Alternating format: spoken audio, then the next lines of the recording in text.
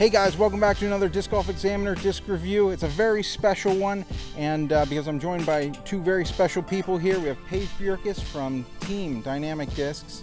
She's in town for the Pittsburgh Flying Disc Open. How you doing, Paige? Good.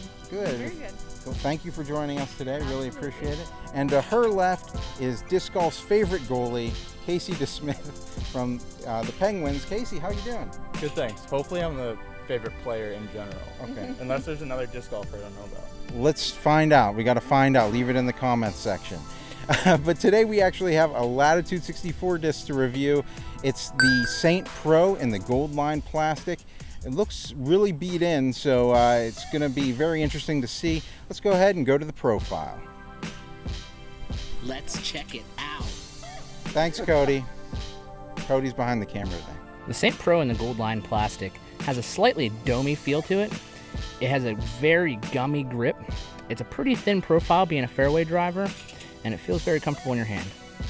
When I threw the Saint Pro on a hyzer, it flipped up to flat. It kind of held right for a little bit, but then hyzered out at the end. When I threw the Saint Pro on a hyzer, flipped over, glided out a little bit, and then faded back at the end.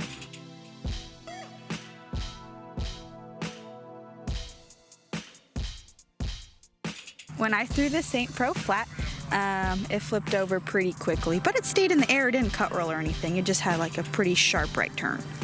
When I threw it flat, it anhyzered out really fast and kind of did a cut roll.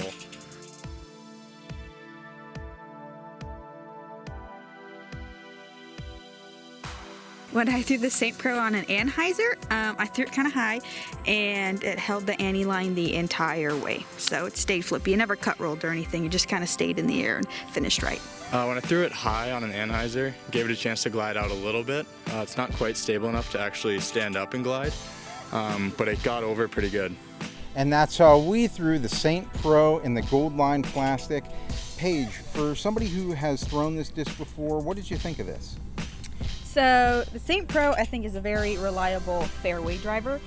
So this one in particular is pretty beat in, but it's a gold line and it's 173, so it's still kind of heavy.